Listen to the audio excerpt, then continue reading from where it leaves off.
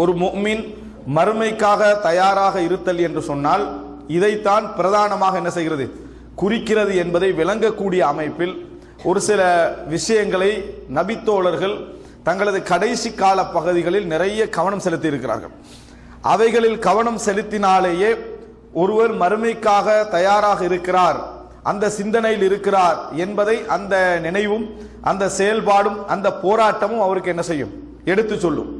மறுமைக்காக தயாராக இருத்தல் என்பதை பொறுத்த வரைக்கும் ஒரு நபித்தோழர் ரசூலுல்லாஹி ஸல்லல்லாஹு அலைஹி வஸல்லம் அவர்களிடத்திலே வந்து கேட்கிறார், அல்லாஹ்வின் தூதரே, இன்ன ஷராஇஅல் இஸ்லாமி கத் கஸரத் அலைய, இஸ்லாமிய சட்டங்கள் விளக்கங்கள் எல்லாம் எனக்கு நிறைஞ்சிட்டு, எனக்கு ஒரு வார்த்தையை சுருக்கமா சொல்லுங்க, நான் அதை செஞ்சா அதை எல்லாத்தையும் எனது செய்த மாதிரி இருக்க வேண்டும் என்று ரசூலுல்லாஹி ஸல்லல்லாஹு அலைஹி வஸல்லம் இடத்திலே கேட்டதை பார்க்கிறோம். அதே போல இன்னொரு நபித்தோழர் ரசூலுல்லாஹி ஸல்லல்லாஹு அலைஹி வஸல்லம் இடத்திலே கேட்கிறார், எனக்கு ஒரு செய்தியை சொல்லி தாருங்கள், லா அஸ்அலு அஹதன் கைரக், நான் அதை பற்றி வேற யாரிடத்திலும் கேட்க கூடாது, அந்த அளவு சுருக்கமாக எனக்கு என்ன செய்ய, ஒரு செய்தியை விளக்கமாகவும் சுருக்கமாகவும் எனக்கு சொல்லி தாருங்கள் என்று கேட்கிறாங்க. ரசூலுல்லாஹி ஸல்லல்லாஹு அலைஹி வஸல்லம் அவருக்கு சொல்லி கொடுத்து நம்ம என்ன செய்கிறோம், பார்க்கிறோம். இது போல மனிதர்கள் ஒரு முஃமின் மறுமைக்கு தயாராக இருக்கிறான் என்பதை அவனுக்கு கணக்கு போட்டு பார்க்கக்கூடிய அமைப்பிலே எதை நபித்தோழர்கள் பிரதானமாக நினைத்தார்கள், மறுமையில இறைவனுக்கு முன்னால் நம்ம நிற்கிற நேரத்தில் எதை பிரதானமாக நினைத்தார்கள் என்பது நம்ம தெளிவாக இருக்க வேண்டும். உதாரணமாக நாமெல்லாம் தெரிந்த விஷயம், அவ்வளுமா யுஹாசபு பிஹில் அப்து யௌமல் கியாமா அஸ்ஸலாம், நாளை மறுமையில் ஒரு அடியான் முதலாக விசாரிக்கப்படுவது தொழுகையை பற்றி. ஃபஇதா ஸலுஹத் ஸலஹத் ஸாயிரு அமலிஹி, அது சரியாகிவிட்டால், அது சீராகிவிட்டால் ஏனைய எல்லா அமல்களும் என்ன செய்துவிடும், சீராகிவிடும். வஇதா ஃபஸதத் ஃபஸதத் ஸாயிரு அமலிஹி, அது கெட்டு போய்விட்டால் எல்லா அமல்களும் கெட்டு போய்விடும் என்று ரசூலுல்லாஹி ஸல்லல்லாஹு அலைஹி வஸல்லம் சொல்கிறார்கள். இப்ப இதுல இருந்து இஸ்லாமிய சமுதாயத்தில் உள்ள எல்லோருக்குமே தெரியும் தொழுகை தான் பிரதானம் என்பது. எவ்வளவு சட்டங்கள் படித்து விட்டாலும், எவ்வளவு விளக்கங்கள் தெரிந்து விட்டாலும், நாம் எல்லாம் ஏகத்துவம் இணை வைத்தலுக்கு அடுத்த இணை வைத்தலை விட்டு இறைவனை மாத்திரம் வணங்க வேண்டும் என்ற கொள்கைக்கு அடுத்ததாக ஒரு முஃமின் செய்ய வேண்டியது தொழுகை என்பதை எல்லோரும் புரிந்து வைத்திருக்கிறோம். இந்த தொழுகையில் கோட்டை விட்டுவிட்டு என்ன அமல்கள் செய்து விட்டாலும் சரி, நாளை மறுமையில் அது என்ன செய்ய போவதில்லை, எந்த விதமான ஈடேற்றத்தையும் எங்களுக்கு தரப்போவதில்லை என்பதை விளங்கியதனால் நாங்கள் என்ன செய்கிறோம், தொழுகையிலே ஒரு கவனம் செலுத்துகிறோம். இதே போல பிரதானமான சில பகுதிகள் இருக்கின்றன, மறுமையில் அவைகள் இழந்து போய்விட்டால் எந்த வகையிலும் வெற்றியை நம்ம என்ன செய்ய முடியாது, எதிர்பார்க்க முடியாது. அதை ரசூல் ஸல்லல்லாஹு அலைஹி வஸல்லம் இன்னொரு செய்தியில சொல்கிறார்கள், ஒரு முஃமின் இறைவனது மன்னிப்புக்குரிய சான்ஸ்லேயே இருந்து கொண்டிருப்பான். மறுமையில இறைவன் மன்னிக்கலாம் என்ற சந்தர்ப்பம், நெருக்கடி இல்லாத சந்தர்ப்பம் அவனுக்கு என்ன பாவத்தை செஞ்சாலும் இருக்கும். கொலை செய்யாத வரைக்கும் மாலம் யுசிப் தமன் ஹராமன், அதாவது ஒரு கொலை செய்து விட்டார் என்று சொன்னால் அந்த தீன்ல கிடைத்த அந்த அவருக்கு கிடைத்த அந்த சான்ஸ் இருக்குதே, அந்த சான்ஸ் அவருக்கு என்ன செய்துவிடும், இல்லாமல் போய்விடும். நாளை மறுமையில் அவர் ஒரு பெரிய ஒரு நெருக்கடியை சந்தித்து தான் வெற்றி அடைவதோ தோல்வி அடைவதோ என்கின்ற நிலை ஏற்படும் என்று ரசூல் ஸல்லல்லாஹு அலைஹி வஸல்லம் அவங்க சொல்றாங்க.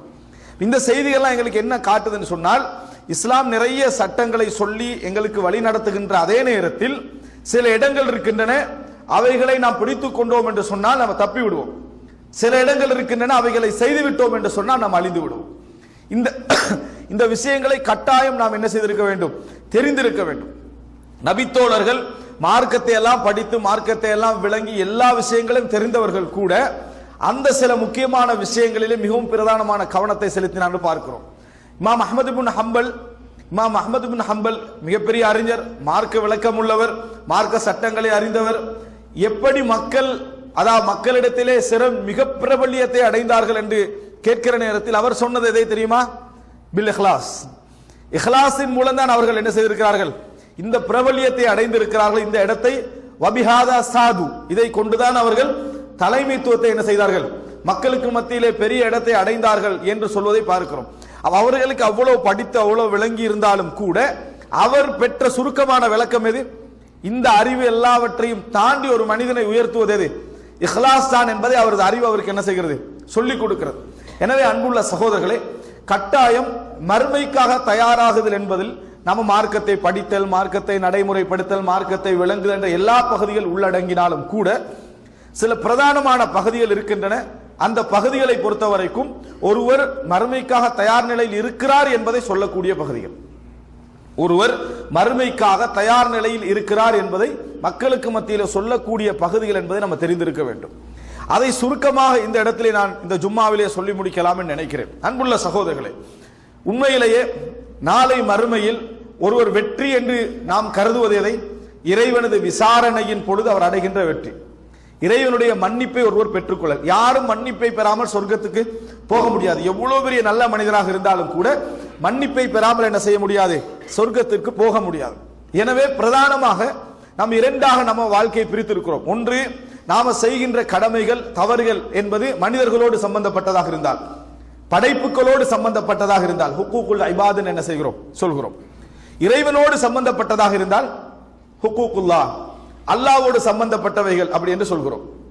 இந்த ரெண்டிலையும் ஒருவர் தவறு விடுவாராக இருந்தால் அந்த தவறுகள் தான் மறுமையில் எங்களை என்ன செய்கிறது? அழிக்கிறது, சொர்க்கத்தை விட்டு எங்களை தடுக்கிறது.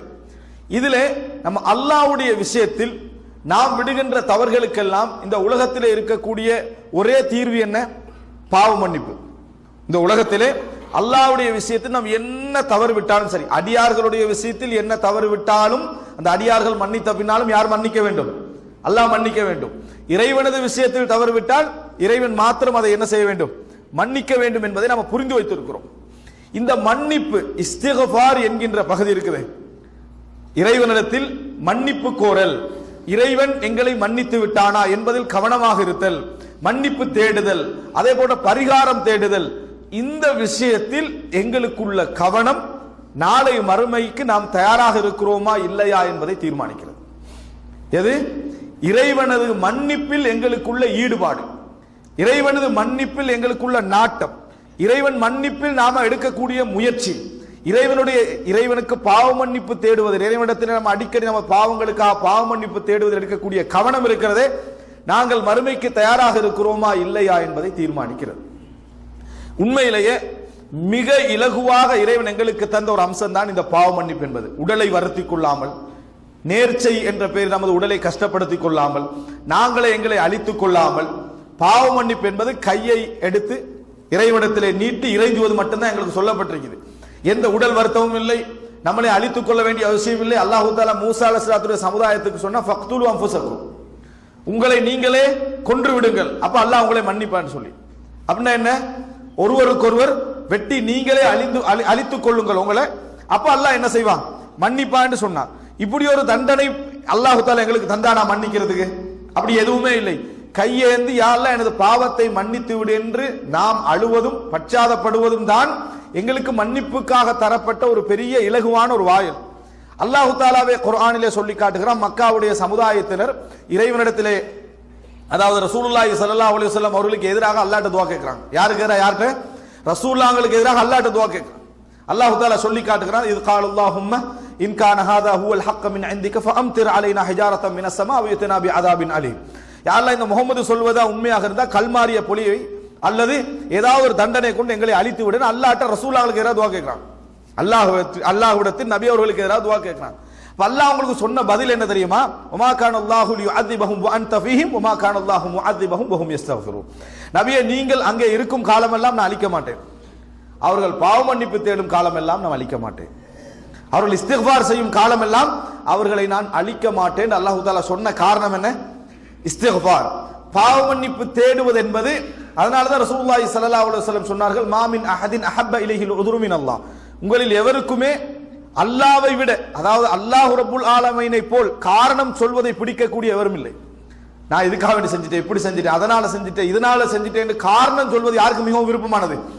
இறைவனுக்கு மிகவும் விருப்பமானது. அதனால் இறைவன் பாவங்களை என்ன செய்யறான்?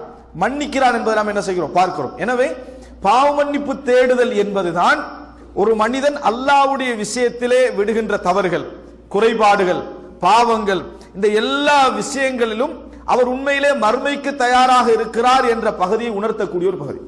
இதுல வித்தியாசம் இருக்கலாம். நபிமார்கள், சஹாபாக்கள், பெரிய பெரிய மார்க்கப்பட்டுள்ளவர்கள், சாதாரண மக்கள், பாவத்தில் மூழ்கியவர் என்று வித்தியாசம் இருக்கலாம். ஆனா அவங்க எல்லாருக்கும் ஒரே வாசல், அது பாவ மன்னிப்பு, இஸ்திக்ஃபார் தேடுதல் என்பதுதான்.